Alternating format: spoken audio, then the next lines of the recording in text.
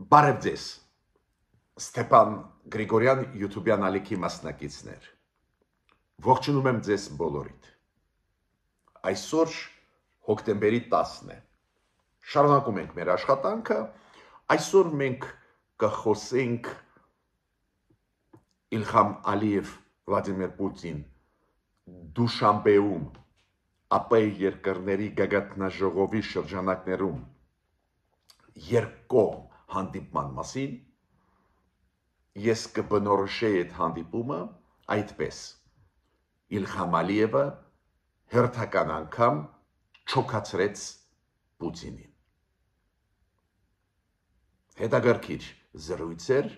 նույնիսկ այն սակավ ինֆորմացիա, որը տրվում է երկու կողմից էլ, այդ հանդիպումից հետո շատ ուշագրավ բաներ այնտեղ կային, անպայման այսօր կխոսենք։ Նաև ես ուզում եմ խոսել Նիկոլ Փաշինյանի Բրյուսել կատարած այցելության մասին ու իր ելույթի մասին այն մեծ ֆորումում, գլոբալ դարպաս ֆորումում, որը անցկացվեց Բրյուսելում։ Մենք հիշում եք, ողջունել ենք այդ այցելությունը Բրյուսել, ես բավական ուրախացած էի, որ Նիկոլ Փաշինյանը գնաց Բրյուսել, այլ ոչ թե Դուշանբե, ԱՊ երկրների գագաթնաժողով, բայց մի քիչ շուտ ուրախացա, քանի որ Բրյուսելից հետո Նիկոլ Փաշինյանը երեք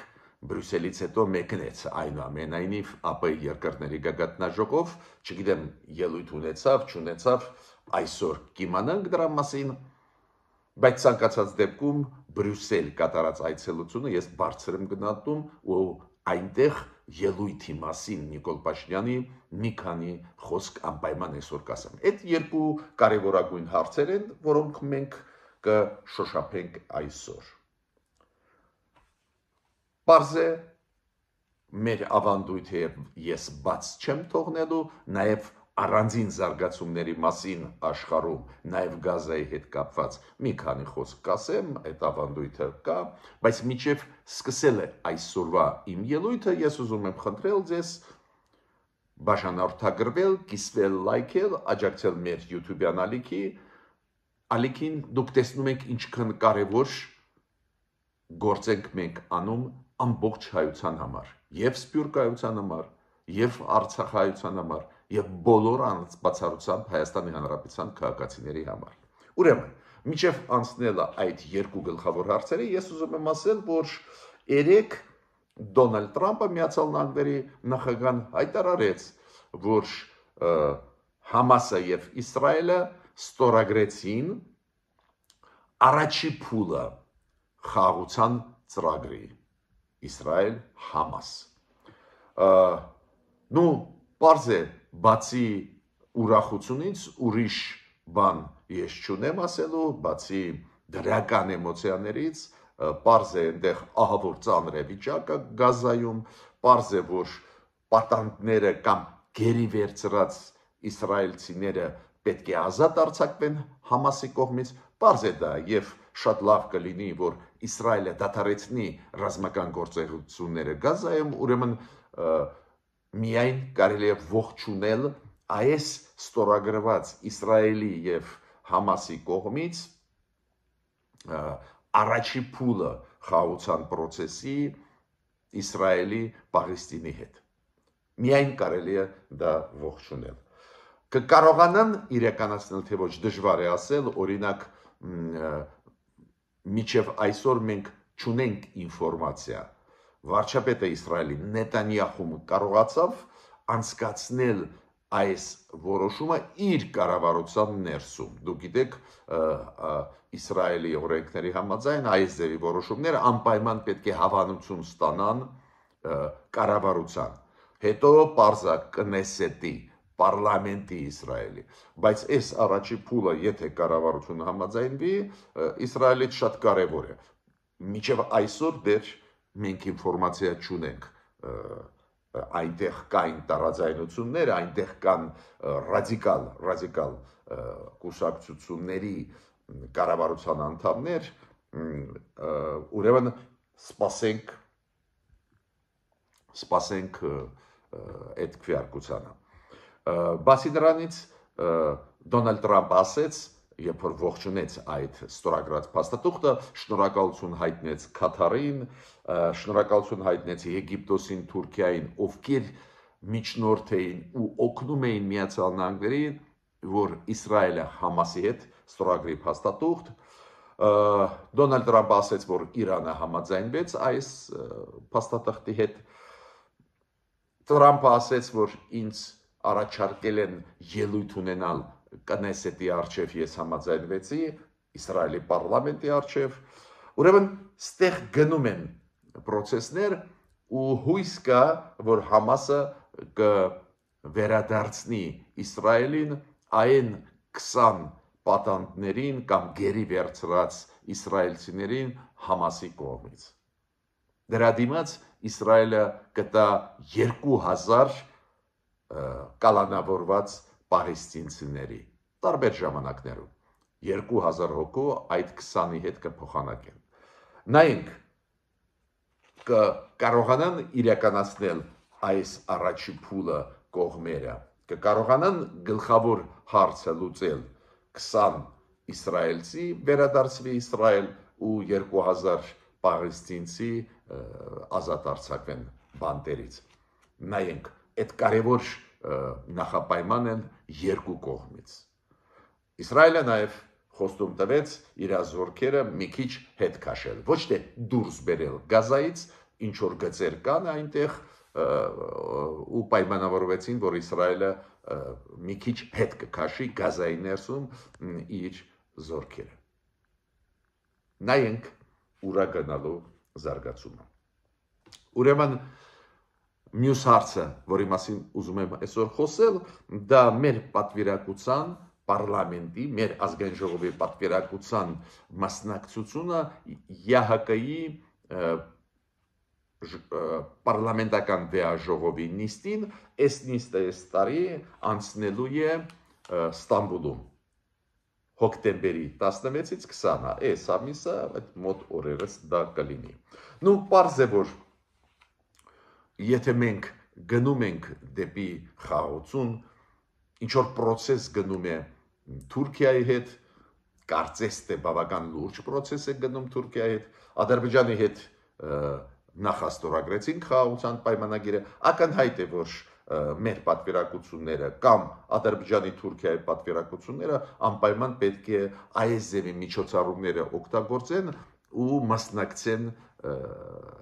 այդ միջոցառումներին։ Խոսքը գնում է, նորից կրկնում եմ, ԵՀԿ-ի պարլամենտարական վեաժողովի, որը հիմա անցկացվելու է Ստամբուլում։ Պարզ է, մերոնք չպետք է մերժեն, պետք է գնային։ Եթե գնում է երկխոսում Թուրքիայի հետ, նույնիսկ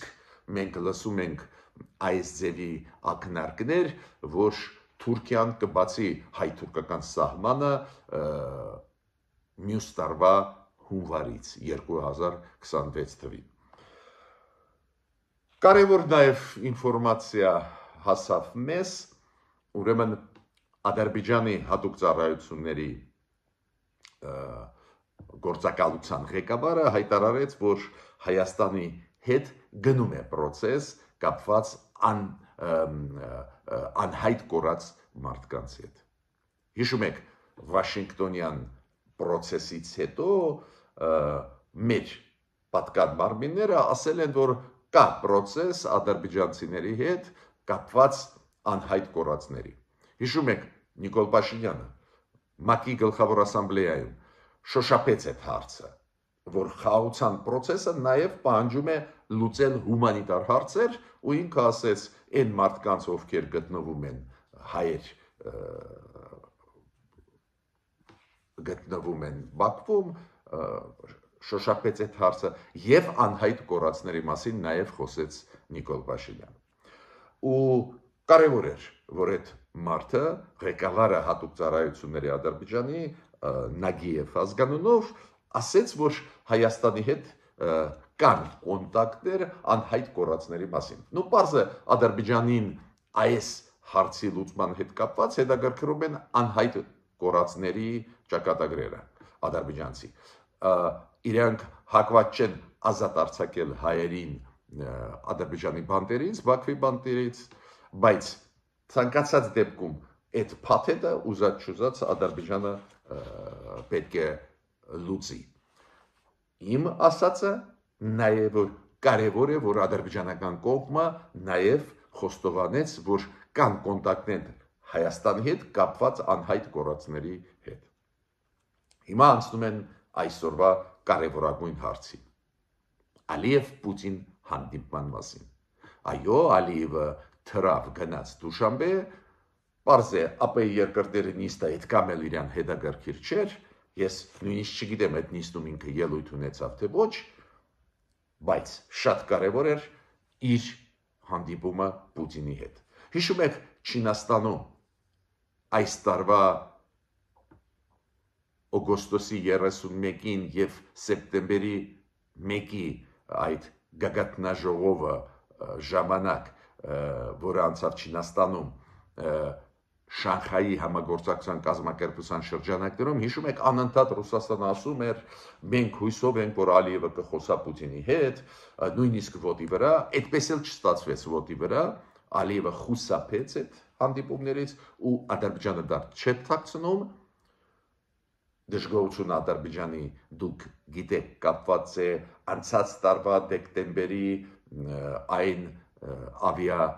կատաստրոֆայի, երբ որ Ռուսաստանի հակաօդային համակարգով խոցվեց ինքնաթիռը Ադրբեջանի ավիաուղիների մեծ սկանդալ էր, դուք հիշում եք, Ադրբեջանը նույնիսկ իմ կարծիքով արհեստականորեն այդ սկանդալը էլ ավելի սրում էր,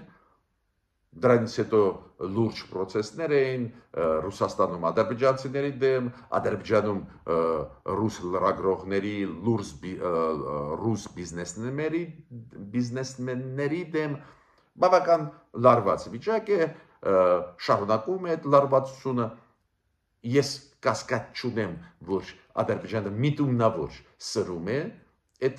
հարաբերությունները դուր գալու համար Միացյալ Նահանգների, Եվրոմիությանը, քանի որ այնտեղ Ադրբեջանը ստանալու բան ունի ու հիմա մի քիչ կարող է փոխի իր դիրքորոշումը Ալիևը, մի քիչ մեղմացնի, քանի որ շատ բաներ Ադրբեջանը հասցրեց ստանալ։ Եվ Եվրոմիության պաշտոնյաները գովում են Ադրբեջանը, ինձ մոտ տպավորություն է, որ իրանք համարում են, որ դասական ժողովրդավարությունը հենց Ադրբեջանում հաստատվեց։ Եվ Վաշինգտոնյան process-ը ձեռնտու է Ադրբեջանին, ակնհայտ է, մեզ էլ շատ ձեռնտու է Վաշինգտոնյան process-ը, ես անընդհատ դա կրկնում եմ ու կասեմ, այնտեղ դրական կողմերը մեզ համար կա, այդ օգոստոսի 8-ի հետ կապված Վաշինգտոնում ձեռք բերված Թրամփի միջոցով դրականը, բայց Ադրբեջանի համար էլ ակնհայտ կան դրական կողմեր, Ադրբեջանի համար նո ակնհայտ է դա, ինչ եմ ուզում ասել, Ադրբեջանը հակառուսական արհեստական քայլերը անում էր այս ժամանակահատվածում այս դեկտեմբերից սկսած անցած տարվա հենց դուր գալու համար, սիրաշահելու Եվրոպան, Միացյալ Նահանգները ու ինչ որ բաներ իրանք ստացան։ Հիմա ժամանակը եկավ մի քիչ փորձել մեղմացնել հակասությունները Ռուսաստանի հետ։ Կոպիտ ասած, ստեղ ստացավ Ադրբեջանը, հիմա ուզում է Ռուսաստանից ինչ որ բան ստանալ, մերով պետք է լինեն շատ ուշադիր, ու ես չեմ բացառում, որ մեր կառավարությունը, որը չէր հայտարարում, կմասնակցի Նիկոլ Փաշինյանը ԱՊ երկրների գագաթնաժողովում, թե ոչ, հիմա պարզվեց, որ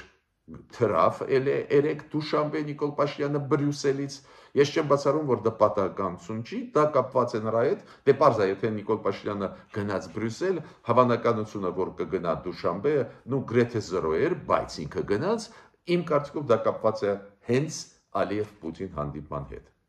Մերոնց հասավ ինչ որ ինֆորմացիա, որը մտահոգեց Նիկոլ Փաշինյանին ու ինքը թրավ Դուշանբե։ Նայենք մեր կառավարության հաղորդագրության մեջ ինչ է լինելու Նիկոլ Փաշինյանի մասնակցության մասին ԱՊ երկրների գագաթնաժողովին, չգիտեմ, մի քիչ ավելի ուշ կիմանանք, բայց նորից կրկնում եմ, վստահ եմ, որ Նիկոլ Փաշինյանը թրավ, քանի որ Ալիև-Պուտին լուրջ քննարկում էր։ Մինչև այդ հանդիպումը պետք է ասեմ, մինչև Ալիև-Պուտին հանդիպման մասին պետք է ասեմ, որ Պուտինը նաև օգտագործեց ԱՊ երկրների հետ նիստը, ինչ արեց, ինքը Տաջիկստանի հետ ինչ որ փաստաթղթեր ստորագրեց ռազմական համագործակցության ուժեղացման, երկկողմն էլ առաջ տարավ ու այդ եղավ պաշտոնական այցելությունը Պուտինի Տաջիկստան երկկողմ նաև կոնտեքստում։ Պուտինը նաև հաստրեց ու Պուտինի թիմը հայտարարել, որ ոչ մի անհրաժեշտություն չկա այս փուլում, որ Պուտինը հանդիպի Տրամփի հետ, առանքում Պուտինը նաև գցում է Տրամփին, հիշում եք Պուտինի խոստումները Զելենսկու հետ հանդիպել, չգիտեմ, խաղաղության գնալ, մենք ասում էինք խաբում են ձեզ ամերիկացիք, Տրամփը հավատում էր Պուտինին, հիմա բարձ է հիասթափված է Տրամփը ու կրկնեց մի քանի անգամ Տրամփը, բայց այդ որ ասում են պոեզը գնաց, էլի, այդ շարժը առաջ է գնում ու Պուտինը կոպիտ ասած խաբում է Դոնալդ Տրամփին, իմիջիայլոց պարոն Զելենսկին նախագահ Ուկրաինայի բարիս բուն իմաստով երեք հայտարարեց հենց այդ բարերով, ինքը ասեց Պուտինը անընդհատ խաբում է ամերիկացիներին։ Հիմա միջև այս հանդիպումը Իլհամ Ալիև, Վլադիմիր Պուտին անընդհատ Կրեմլից մեսիջներ էին ուղարկում, որ Կրեմլը դրական է տրամադրված, պոզիտիվ է տրամադրված այդ հանդիպան նկատմամբ, կայացավ երեք այդ հանդիպումը, պարզ է, որ կարևորագույն հարցը, որը քննարկեցին կողմերը, դա հենց խոցված Ադրբեջանի ինքնաթիռի հետ կապված ուսումնասիրությունն, քննությունը ոնց է գնում, Պուտինը ասեց, որ ես ներողություն եմ խնդրել, հիշում եք Իլհամ Ալիև, կոպիտ ասած Ալիևը մի անգամ էլ չոքացրեց Վլադիմիր Պուտինին, հիշում եք, երբ որ Պուտինը Բաքվում պաշտոնական այցելության ժամանակ չոքեց Հեյդար Ալիևի արձանի մոտ, հիմա երկրորդ անգամ չոքացրեցին Ալիևները, հայրը եւ տղեն Վլադիմիր Պուտինին։ Այս անգամ էլ Պուտինը ասեց, բայց ես ներողություն խնդրեցի, հիշում եք, պարոն Ալիև, նորից Պուտինը ասեց, ես ցավակցում եմ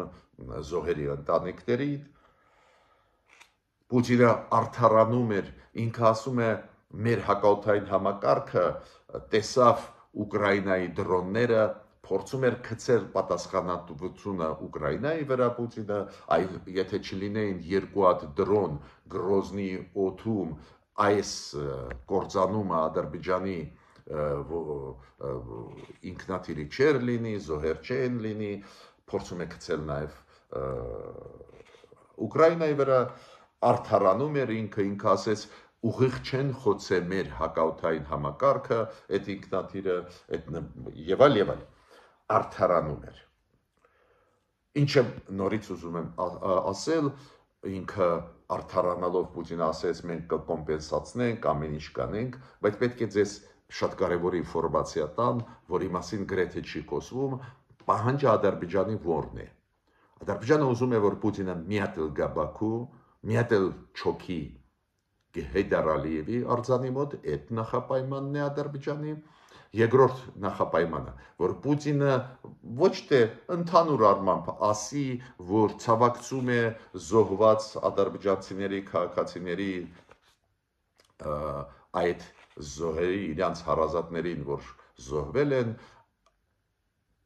Ադրբեջանը պահանջում է, որ Պուտինը ասի անուն ազգանունը զոհված մարդու ու ցավակցի իր ընտանիքին, հետո մյուս զոհվածի անուն ազգանունը ու ցավակցի։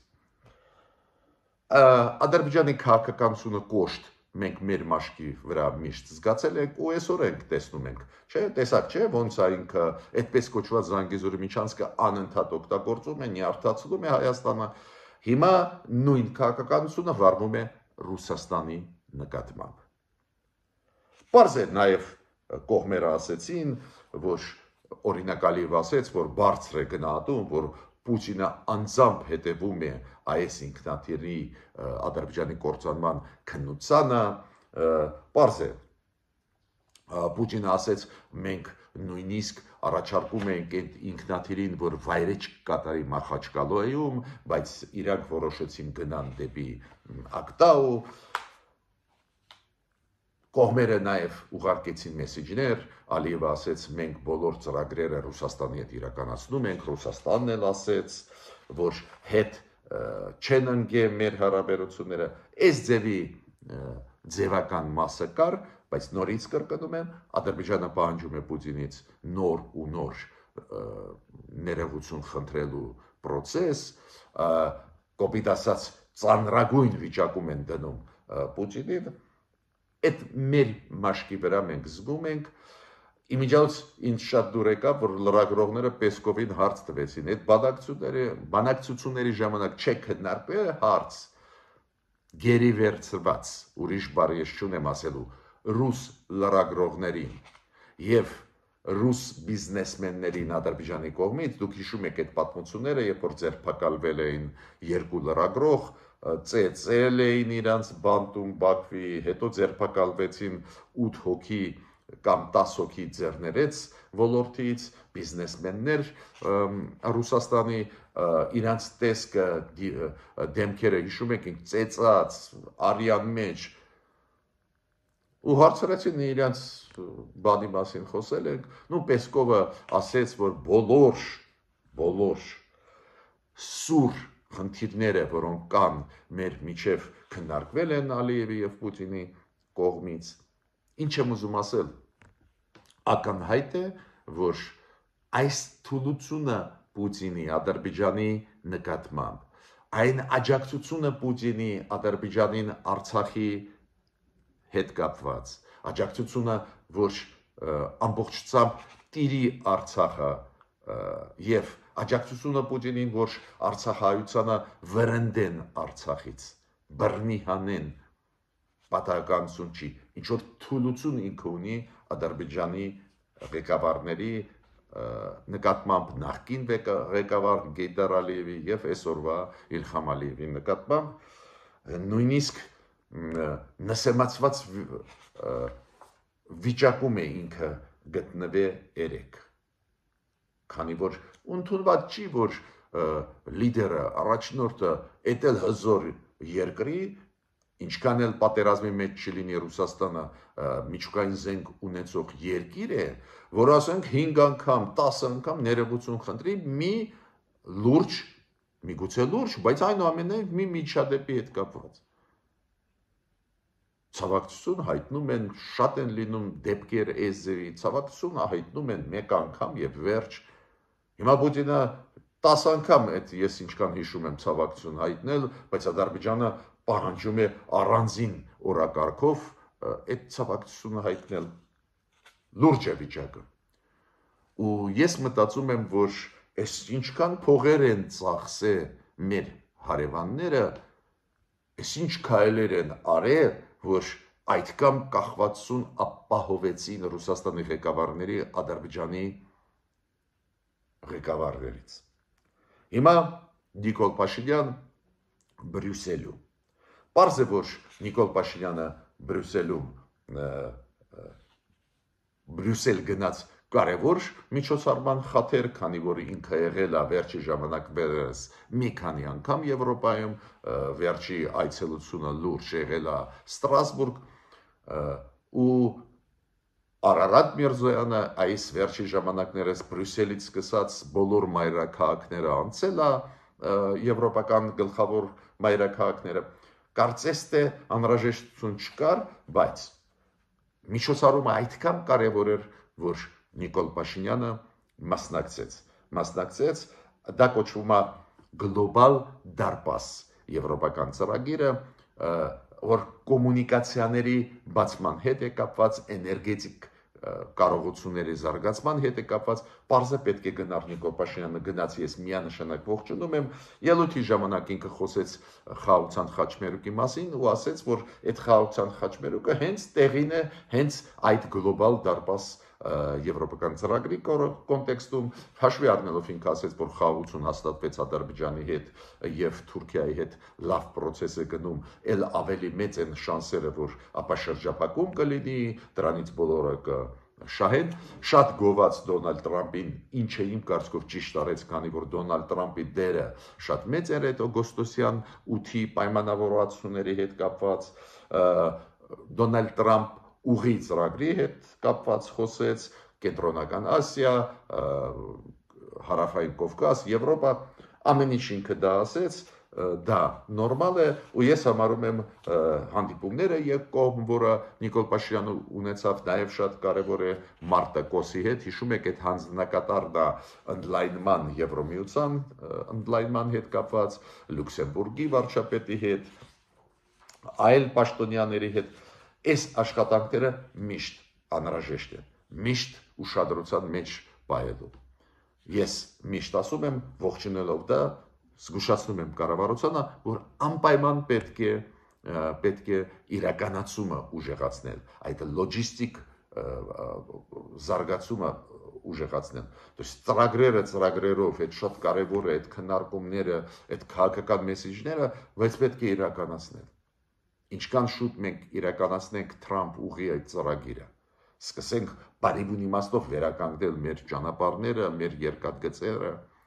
ինչքան շուտ մենք ամերիկացիների հետ IT ոլորտում, արհեստական բանականության ոլորտում անենք քայլեր, այս մեմորանդումները կյանքի գոչենք, այդքան կուժեղանանք։ Դες գործի պետք է անցնել, ու ես ստեղ պետք է ասեմ, որ Բրյուսելից Նիկոլ Փաշինյանը ուղղակիորեն մեկնեց Դուշանբե, պարզ է կառավարությունը մեզ կասի, երեք ինչ է եղել Դուշանբեում, միգուցե ինքը ԱՊ երկրների նիստում գագաթնաժողովում ինչ-որ ելույթ ունեցավ, բայց կասկած ես չունեմ, որ Նիկոլ Փաշինյանին մտահոգեց Ալիևի հանդիպումը Պուտինի հետ։ Դա է պատճառը, որ ինքը մեկնեց, քանի որ մենք բոլորս հասկանում ենք, Ալիևը խաղում էր վերջի ժամանակներս ինչի վրա ու դիվիդենդներ ստացավ, որ իր հարաբերությունները Ռուսաստանի հետ սրված են։ Արհեստական շատ բաներ կան այդ process-ում, արհեստական էլ ավելի սերում էր Ալիևը ծախելու համար իր հակառուսականությունը եվրոպացիների, ամերիկացիների վրա։ Կարողացավ դա անել, բայց հիմա ժամանակը եկավ Ռուսաստանից ինչ-որ նոր բան պոկել ու պարզ է Նիկոլ Փաշինյանը մտահոգեց, միգուցե դա կապված լինի նաև Հայաստանի դեմ քայլեր անելու պոտենցիալ, Հայաստանի դեմ անել քայլեր։ Ես ավարտեցի այսօրվա իմ ելույթը, խնդրում եմ բաժանորդագրել, կիսվել, լայքել, միջ նոր հանդիպումներ։